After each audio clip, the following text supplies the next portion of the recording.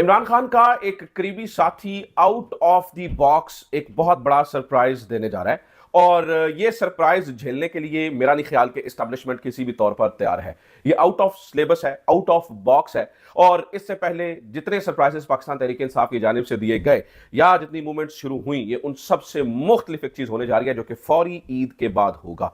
इसके ऊपर तफसीलन बात करते हैं। दो खबरें और अहम तरीन आज की वीडियो में हमने डिस्कस करनी है। एक, इमरान खान साहब का जो नोबेल इनाम के लिए नामजद होना है, ये कितनी बड़ी फतह है, कितनी बड़ी जीत है। बहुत सारे लोग ये कह रहे हैं कि कोई भी नामजद हो सकता है, कौन सा इनाम मिल गया है। तो ये कितनी बड़ी जीत है आलमी तौर पर, इमरान खान का कद कितना बड़ा हो चुका है, इसके ऊपर भी बात करेंगे। और फिर बलूचिस्तान की सूरत हाल के बारे में, लॉन्ग मार्च कहां पे पहुंचा, क्या सूरत हाल है, क्या हो रहा है वहां पर, किस तरह की सिचुएशन है और स्टेट के लिए खतरे की घंटियां क्यों हैं। और फिर हम बात करेंगे आर्मी चीफ के बारे में भी कि आर्मी चीफ के कहने पर क्या हो रहा है और इसके मुख्तलिफ तर्जुमे क्यों हो रहे हैं। तो तीन चार खबरें हैं। सबसे पहले मोस्ट इंपॉर्टेंट वन, मैं नजमुल हसन बाजवा हूं। Before we go to details, आपसे दरखास्त है कि अगर आपने चैनल को अभी तक सब्सक्राइब नहीं किया है तो सब्सक्राइब जरूर कर लीजिए और अगर आपने ऑलरेडी किया है तो ज्यादा से ज्यादा वीडियोस को शेयर जरूर कीजिए। इमरान खान नाज़रीन कराम ईद के बाद एक बहुत बड़ा सरप्राइज देने का इरादा रखते हैं। इमरान खान को लगता है कि इनफ इज इनफ। जितने भी मामलात से इमरान खान को एंगेज करने की कोशिश की गई वो या तो हीले हुए या बहाने हुए या फिर फेक प्रोमिसेस हुए। इमरान खान ने हमेशा कंप्लाई किया। जब भी स्टेट ने इमरान खान से दरखास्त की, इमरान खान ने हमेशा कंप्लाई किया है। यानी चाहे ये अडियाला का दरवाजा सुबह सवेरे खुलवाते हैं, चाहे ये कहते हैं कि अभी आप रोक दीजिए, अभी थोड़ी देर बाद एहतजाज कर लिए, इमरान खान ने हमेशा स्टेट की बात मानी है। इमरान खान ये समझते हैं कि उसके जवाब में स्टेट ने हमारे लिए कुछ भी नहीं किया है, लिहाजा अब ये टाइम है मसल पावर शो करने का, क्योंकि स्टेट मसल पावर पे बिलीव रखती है। स्टेट हमें डिजिटल दहशतगर्द कह रही है, तो इमरान खान ये समझते हैं कि हमें भी अब मसल पावर दिखाने का वक्त आ चुका है, क्योंकि इमरान खान मायूस हो चुके हैं अदालती इंसाफ से। रिसेंटली इमरान खान का यह बयान था कि हमें किसी किस्म की इंसाफ की तवक्को नहीं है क्योंकि ये अदालतें कॉम्प्रोमाइज्ड हैं। और उसकी मिसाल भी हमें मिलती है ना, देखिए किस तरह से इस्लामाबाद हाईकोर्ट को फतह किया गया, किस तरह से नए जजेस लेकर आए। ये सारी चीजें इस बात की मिसाल है कि ये पूरा निजाम कॉम्प्रोमाइज हो चुका है। तो इमरान खान साहब अब अपने बजौरे ताकत इसका, यानी वो अवामी ताकत को इस्तेमाल करने जा रहे हैं। वो कि इमरान खान के खिलाफ भी एक ताकत इस्तेमाल होगी, वो डिस्कस करते हैं, लेकिन अवामी ताकत इमरान खान किस तरह से इस्तेमाल करने जा रहे हैं। ईद के फौरी बाद गंडापुर साहब को साइडलाइन करके, अली अमीन गंडापुर साहब इस पूरे प्लान का हिस्सा नहीं है। गंडापुर साहब को साइडलाइन करके एक अवामी मार्च, एक बहुत बड़ा लॉन्ग मार्च प्लान कर लिया गया है। और ये लॉन्ग मार्च है, ये पिछले तमाम लॉन्ग मार्चेस से मुख्तलिफ होने जा रहा है। इसमें ना तो रियासती मशीनरी इस्तेमाल होगी, ना सीएम इसको लीड करेगा, ना ये किसी एक खास शख्स की फंडिंग से आएगा। मिसाल है, इससे पहले जितने लॉन्ग मार्चेस हुए वो अली अमीन गंडापुर साहब बजाते खुद उसके अंदर अपना पैसा डालते थे। स्टेट का पैसा नहीं डालते थे या अपने सूबे का या सूबाई हुकूमत का पैसा नहीं डालते थे, वो अपनी जेब से पैसे डालते थे। ऑब्वियसली कोई एक तंजीमी स्ट्रक्चर उस तरह से केपीके में मौजूद नहीं था, कोई तंजीमी आदमी नहीं था जो पार्टी फंड इकट्ठा करता, जो जिसके अंदर आम आदमी पैसे डालते। और फिर अली अमीन गंडापुर साहब चूंकि सीएम भी थे और सारी चीजें, और फिर अल्टीमेटली जो वो फैसला करते वो पूरा वही इंप्लीमेंट होता। यानी कि अली अमीन गंडापुर गायब तो पूरा पीछे से मार्च ही तितर बितर हो गया। दो दफा ऐसा हो चुका है ना कि पूरा मार्च ही तितर बितर, एक दफा तो वो पहाड़ों में चले गए दिसंदार। इस दफा नाज़रीन किराम प्लान बिल्कुल मुख्तलिफ है। शायद मेतला साहब भी इस बारे में दावा कर रहे हैं। वो ये बता रहे हैं कि ईद के बाद ये एक प्रॉपर एग्जीक्यूशन में जाएगा। प्लान क्या है? प्लान ये है कि जुनेद अकबर साहब इसको लीड करेंगे। जुनेद अकबर साहब जो है वो यहां, और वो जो पैसा लेके आ रहे हैं वो अवामी फंड से पैसा आ रहा है। जुनेद अकबर साहब अवामी मार्च को लेते हुए, जिसके अंदर कोई सियासी, यानी कि जिसके अंदर कोई रियासती ताकत नहीं होगी, ये लीड करेंगे टुवर्ड्स इस्लामाबाद। ये मार्च करेंगे इस्लामाबाद की तरफ। इसी तरह से पंजाब से भी मार्च किया जाएगा, लोग निकलेंगे और लोग निकलेंगे टुवर्ड्स इस्लामाबाद। अब इस प्लान के अंदर थोड़ी सी तब्दीली है। मिसाल है, अब ना क्रेनें होंगी, ना कोई ऐसी चीज होगी। जहां पर कंटेनर लगाकर इनको रोका जाएगा वहीं पर खैमा बस्तियां लगाने का इरादा कर लिया गया है। जुनेद अकबर साहब इमरान खान साहब के एक हार्ड लाइनर आदमी, आपको पता है कि वो तब तक नहीं जाएंगे जब तक इमरान खान की तरफ से कोई बात नहीं आ जाएगी, कोई इशारा नहीं आ जाएगा, रिटर्न दे दिया जाएगा या इमरान खान से मुलाकात नहीं करवाई जाएगी। ना वो चाय पीने केपीके हाउस जाएंगे, ना वो पहाड़ों में चले जाएंगे, ना वो 12 जिले क्रॉस करेंगे, ना वो एस्टैब्लिशमेंट से बात करेंगे, ना उनके पास वॉकी टॉकी होगा कि जिससे वो राबते में रहे, ना मतलब वो किसी किस्म की कोई चीज इस्तेमाल नहीं करेंगे। उनके लिए एक ही चीज अहम होगी और वो ये है कि इमरान खान क्या कहता है। और ये जो प्लान है नाज़रीन किराम, ये पिछले तमाम लॉन्ग मार्चेस में इस तरह से नहीं हुआ है। इमरान खान के इशारे पर अब चीजें होंगी। और फिर पंजाब वालों के लिए क्या है? पंजाब वालों को यह कहा गया है, ये डायरेक्शंस पास कर दी गई हैं कि भाई अगर मिसाल लीजिए कि ये रावी के पुल पे रुकते हैं, चिनाब पे रुकते हैं या जेलम पे रुकते हैं, तो वहीं पर खैमा बस्तियां लगा दें, रुक जाए, रोड्स ब्लॉक हो जाएंगे, कम्युनिकेशन रुक जाएगी। तो ये एक ऐसा प्लान है नाज़रीन इकराम, जिससे मुझे लगता है कि पूरे मुल्क का पहिया जैम हो जाएगा, जिससे निकलना मुश्किल हो जाएगा और अल्टीमेटली इमरान खान की बात सुननी पड़ेगी। अब ये सही है, ये गलत है, ये बहस ही अब सेकेंडरी हो चुकी है। इमरान खान ये समझते हैं कि क्या इन्होंने हमें सही और गलत की बहस में छोड़ा है? क्या अदालतें अगर इंसाफ दे रही होती तो हम इस तरफ जाते हैं? हम बिल्कुल भी नहीं जाते, हमें मजबूर किया गया इस तरफ जाने को। तो ये नाज़रीन इकराम प्लान किया गया है। देखते हैं ये कितना सक्सेसफुल होता है, इसमें क्या अमेंडमेंट आती है। वो ईद के बाद पता चलेगा। अच्छा, एक और खबर सुने, ईद के बाद एक और प्लान भी किया गया है, वो ये है कि तहरीक इंसाफ को हिस्से बखियों में तकसीम किया जाएगा और उसके लिए शेर अफजल मरवत साहब बार बार बता रहे हैं कि फॉरवर्ड ब्लॉक बन जाएगा, फॉरवर्ड ब्लॉक बनने जा रहा है। उसकी भी खबर सुनने में आपको वो भी इतला देता हूं। ये जिन लोगों की लिस्ट है और जिन लोगों के नाम आ रहे हैं, खेत सवा नहीं होना उन लोगों से, ये बात आप जहन में रख लीजिएगा। अलीम खान, जहांगीर तरीन जैसे तगड़े लोग चले गए तो कुछ नहीं हुआ, अगर जावेद हाशमी जैसे तगड़े लोग चले गए तो कुछ भी नहीं होगा। तो जो लोग इमरान खान को छोड़कर जाएंगे वो इस वक्त अपना नुकसान करेंगे। और शेर अफजल मरवत साहब को यह बात शायद उनके किसी दिमाग के चौथे खाने में अभी बैठ नहीं रही है कि उनकी पॉपुलैरिटी इमरान खान के नाम की वजह से है। वो अगर अपने बलबूते के ऊपर होते तो वो शायद किसी इलाके के काउंसलर भी मुंतखब ना हो सकते। तो वो जो दिल करें। अच्छा, यहां पर जो टेक्निकल बात है ना, वो बहुत इंटरेस्टिंग और दिलचस्प है।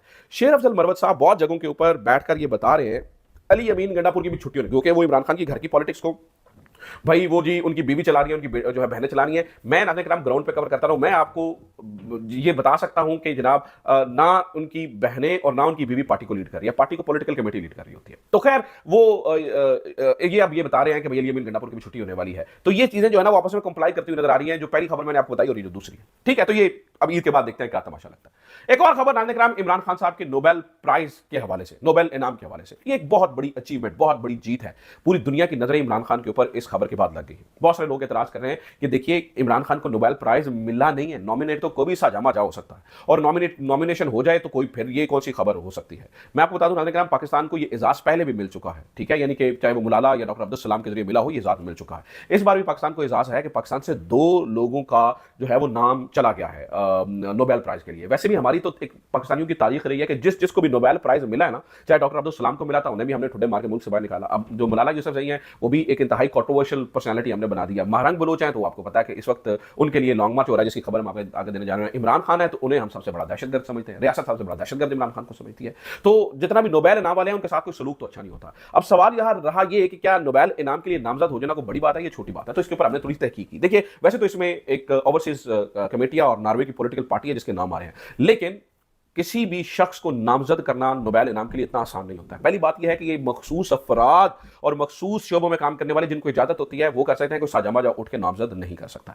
नंबर 2, जब ये शॉर्ट लिस्टिंग होती है, जैसे कभी ये पता चल रहा है जी फलामी नामजद हो गया, फलामी नामजद हो गया, ये नामजदगी भी ऐसे नहीं होती है। इसके लिए महीनों महीनों मेहनत होती है, महीनों महीनों जो है ना वो इनके मुतालिका डिपार्टमेंट के अंदर रिसर्चेज होती हैं, वो तहकीक करते हैं, साबित करना पड़ता है। नॉमिनेट करने के लिए भी फलां बंदे ने अमन के लिए ये किया है, फलां बंदे की ये कुर्बानियां हैं, फलां बंदे की ये प्रोफाइल है, फलां बंदे ने ये काम कर दिखाया, लिहाजा उसको अमन का इनाम दिया जाए, नोबेल प्राइज दिया जाए। इमरान खान को लेकर जो चीजें साबित हो गई, यानी कि जो अब इब्तदाई तहकीक में हुई, तो वो यानी कि इब्तदाई तहकीक में वो मुत्तमिन हुए, तो उसके बाद इमरान खान को जो है ना वो दिया गया। वो देखिए इमरान खान का जो है ना वो अमन अमा के लिए उन्होंने क्या क्या किया। जब जंग छिड़ने वाली थी, इमरान खान ने इंडियन पायलट वापस कर दिया, मुंह तोड़ जवाब भी दिया, इंडियन पायलट भी वापस कर दिया। इमरान खान का ग्रीन पाकिस्तान इनिशिएटिव जो 10 अरब दरख्त लगाने वाला जो है ना वो 1 अरब दरख्त लगाने वाला प्रोजेक्ट है, वो कितना शानदार प्रोजेक्ट है। इसके अलावा इमरान खान ने दुनिया के अमन के लिए भी काफी सारा काम किया। आपको पता है कि सऊदीया और ईरान के दरमियान पहली जो गुफ्तगू इनिशिएट हुई थी वो इमरान खान ने करवाई थी, और फिर यानी वो तब आपको याद होगा। और इमरान खान वैसे भी आलमी सतह पर एक बड़े रहनुमा की हैसियत से सामने आ रहे थे, और फिर इमरान खान के दौर में दहशतगर्दी कंट्रोल और सारी चीजें जो है वो बहुत शानदार थी।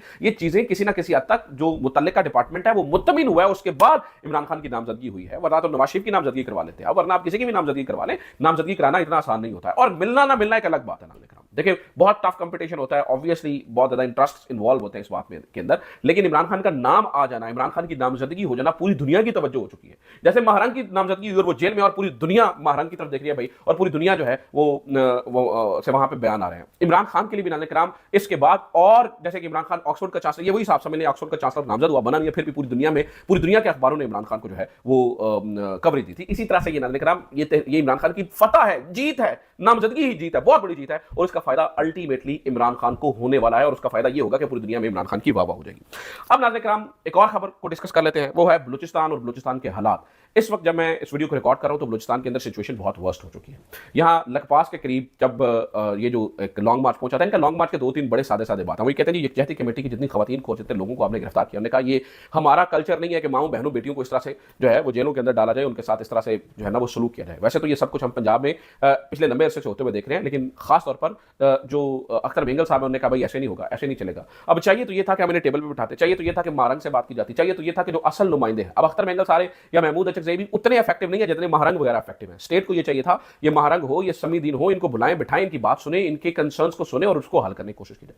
हमने वो हार्ड स्टेट वाला एक जो है ना वो डंडा उठाया हुआ है, और हार्ड स्टेट ने ये सोचा कि भाई इन्होंने चुप के अंदर करो, उनको अंदर करती है। अब लॉन्ग मार्च शुरू हो चुका है, पूरे मुल्क के पूरे सूबे के अंदर जो है ना वो लोग मोबिलाइज हो चुके हैं। और फिर अफसोसनाक बात यह है कि वहां पर खुद कुछ हमला होने की कोशिश की, वो बंदे को पकड़ लिया, खैर को अल्लाह का शुक्र है जाने नुकसान नहीं हुआ, नहीं तो ये कितना बड़ा सानहा हो जाता है। एक पॉलिटिकल मूवमेंट चल रही है, उस पॉलिटिकल मूवमेंट के ऊपर अगर आके एक खुद कुछ धमाका हो जाता है, उससे लोगों की जान जाती है, कितना दुनिया के अंदर हमारी क्या ही जो है ना वो चीज जाती, क्या ही इंप्रेशन जाता, कितनी बड़ी नाम ये मिस्टेक होती। और असल प्रॉब्लम यह है कि जब आप हकीकत को एनालाइज नहीं करते हैं, आप कद्दू में डंडा दिए रखते हैं। मिसाल देता हूं मैं, अख्तर मिंगल इस वक्त वो क्या कह रहे हैं, उनकी क्या कहानी है, वो जरा सुने, आपको अंदाजा हो जाएगा कि स्टेट इन सारे लोगों को कितना नॉन सीरियस जो है ना वो हैंडल कर रही है और ये किस हद तक चले गए हैं।